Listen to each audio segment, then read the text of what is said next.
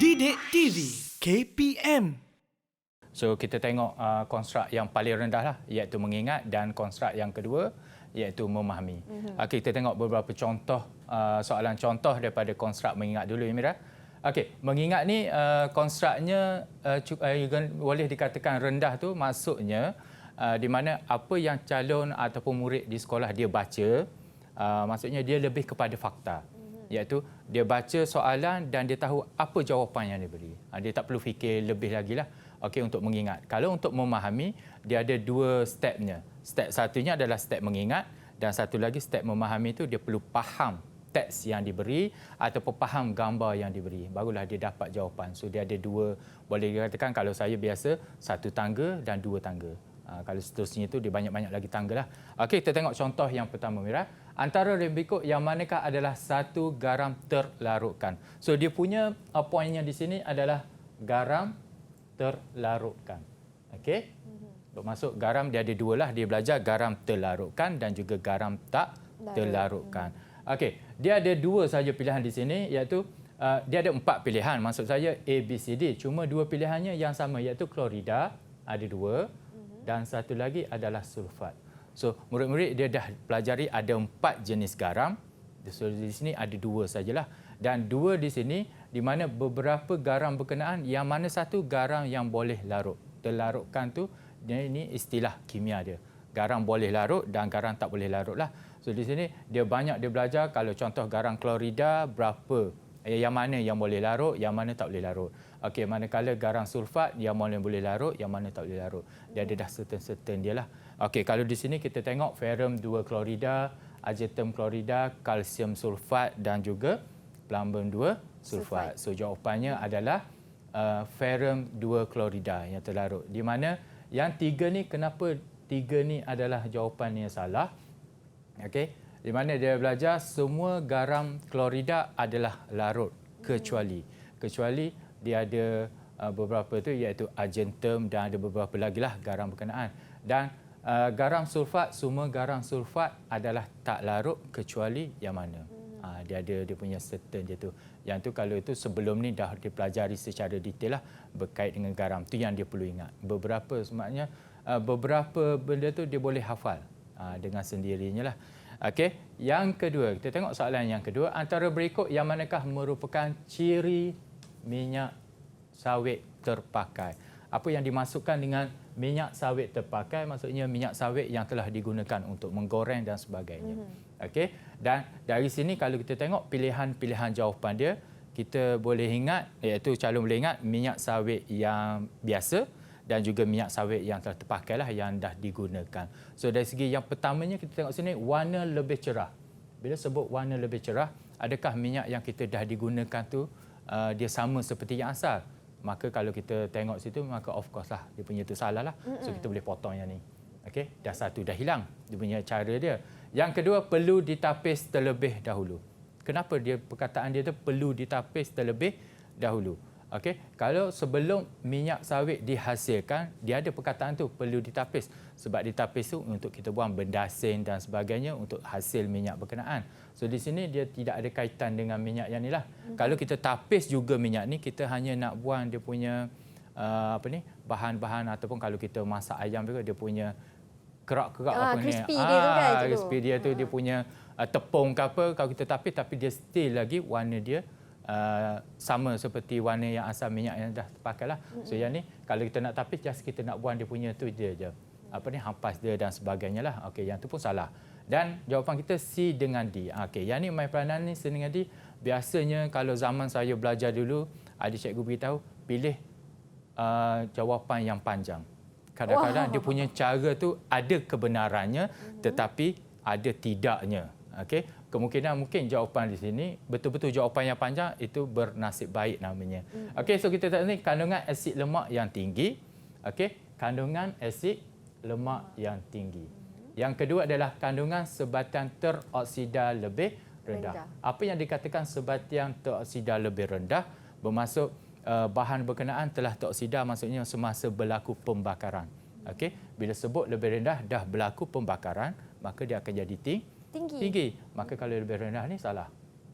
Kenapa saya tinggalkan yang ni? Sebab dia asid lemak yang lebih tinggi. Sedangkan minyak sawit biasa mempunyai asid lemak yang lebih rendah. Bila dah kita guna dia, maka dia punya ikatan itu akan cantum.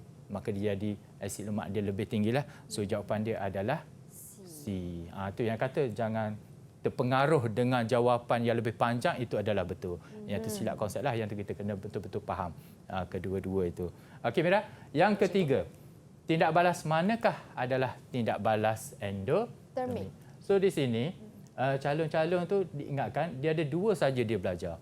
Endotermik dan juga exotermik. Bila sebut endo, kita istilahkan macam kita indoor dengan outdoor.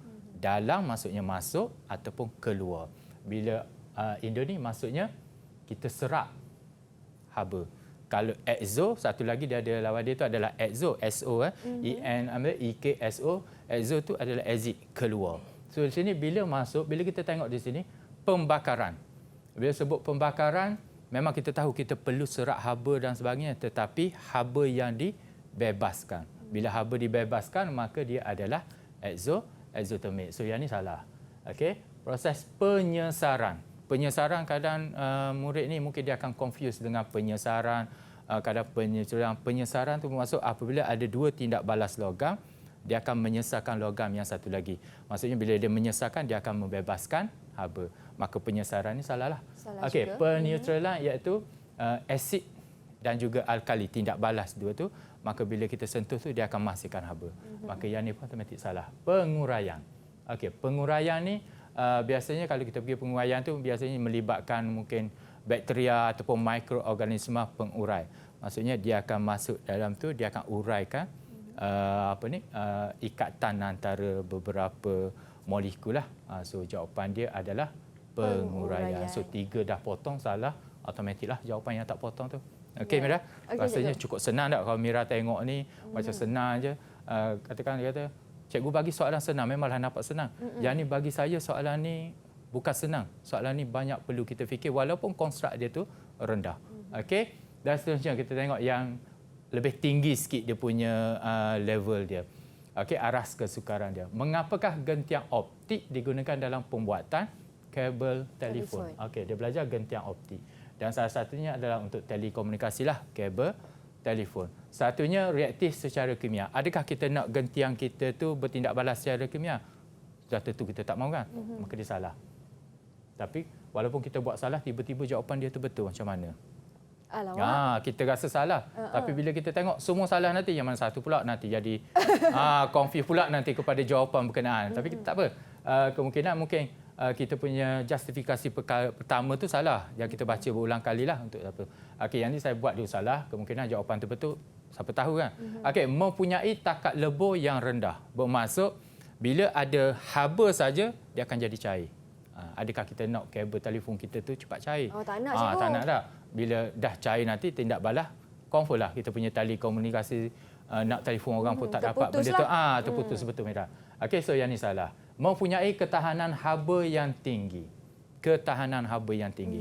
Maksudnya kalau ada haba ke apa, maka dia boleh maksudnya dia boleh stand balik. Dia boleh kekal keadaan asal dia. So dan yang mempunyai kadar pengembangan yang tinggi. Dia kadar pengembangan tu mungkin dia jadi kembang dan sebagainya lah. So antara dua ni agak-agak Mira, yang mana Mira rasa yang lebih tepat? Kalau antara dua tu, Mira rasa yang tepatnya ialah C, cikgu. Mempunyai ketahanan haba yang tinggi. Oh, bijak Mira. C. Betul yang ni, ketahanan haba tinggi. Sebab kita tak naklah kadang-kadang kita cuaca sekarang kadang besar. Tinggi dia punya suhu dia. Kadang suhu rendahnya melampau tu.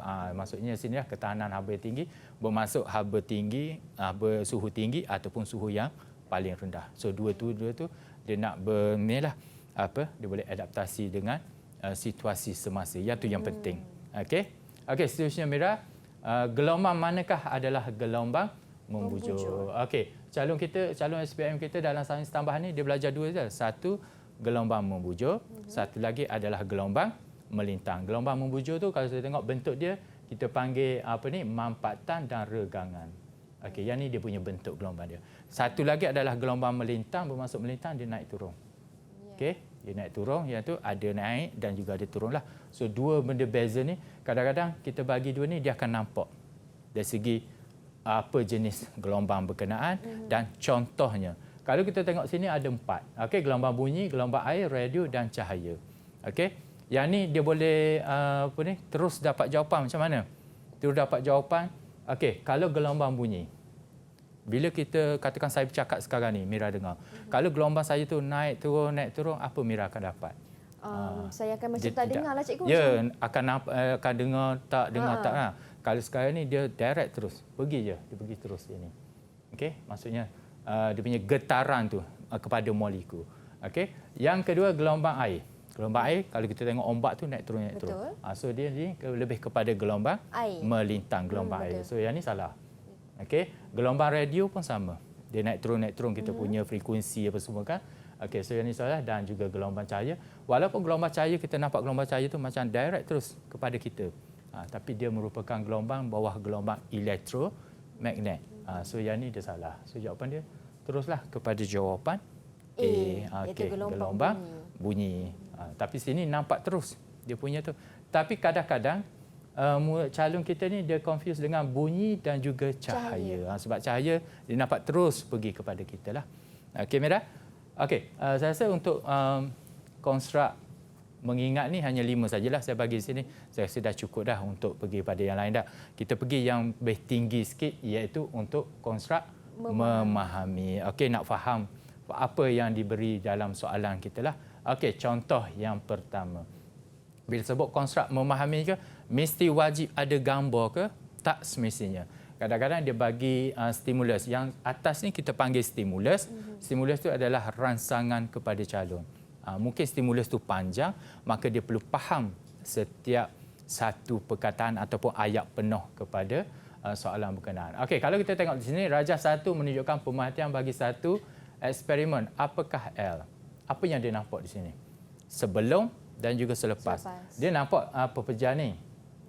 Dan selepas pun nampak ada pepejar, tetapi tidak secara 100% dia larut. Kemungkinan bila dia kacaunya, dia pecah dia punya bentuk molekul dia saja, tetapi dia tak larut. Kalau kita nak tahu dia larut macam mana, tidak ada baki yang ada di bawah. Okey. Tapi kita nampak sini, yang ni besar, yang ni kecil. Bila dia dah pecah-pecah, mungkin kita nampak dia lebih halus lah. Okey, so di sini gambarnya dia fahamnya apa?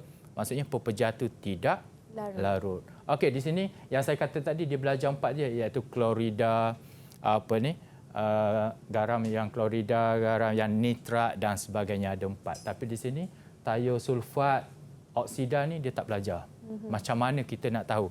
Okey, dia perlu tahu, calon kita perlu tahu ada 3 logam, apa saja nama di belakang dia larut.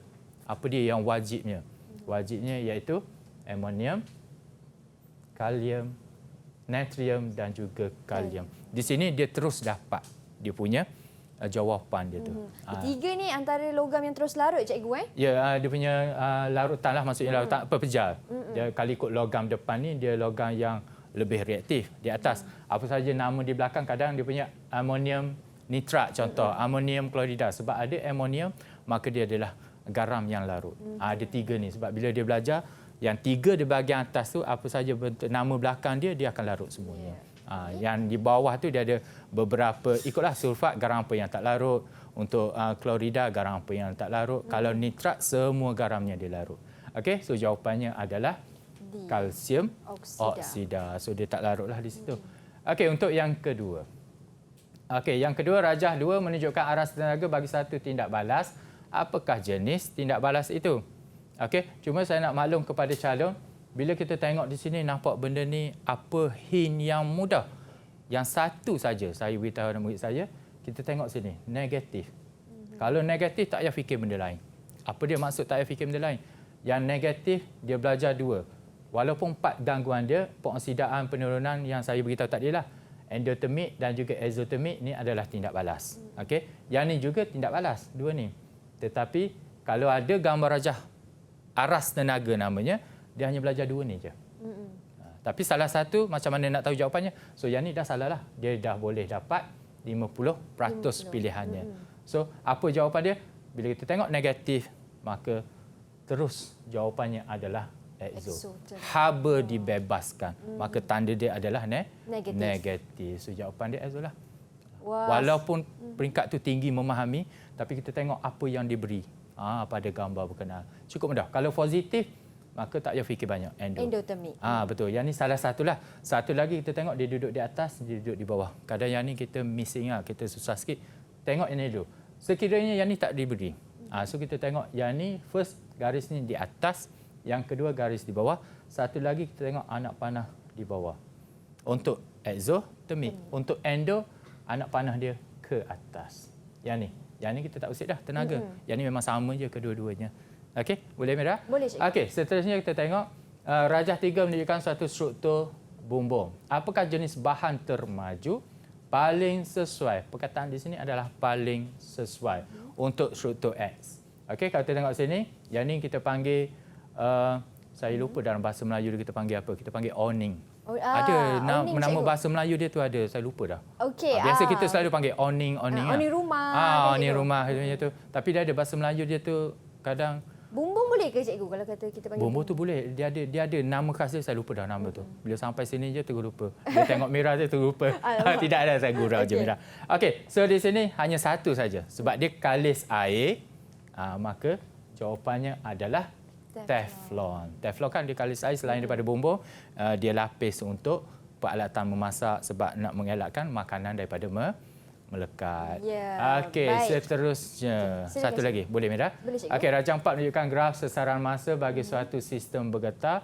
Apakah X? So X ni adalah dia panggil sesaran maksimum. Sesaran maksimum kita refer kepada amplitude. Betul Mira. So tempoh di sini kita ambil sini tempoh sebab dia ada masa. Frekuensi pun sini kita ambil nilainya 1 bahagi tempoh. Dan panjang gelombang kalau dia jarak, maka panjang gelombang kita ambillah daripada starting sini sampai sini. Banyak benda ada. Empat-empat ada pada graf ni. Tapi satunya di atas ni adalah amplitude namanya. Didik TV KPM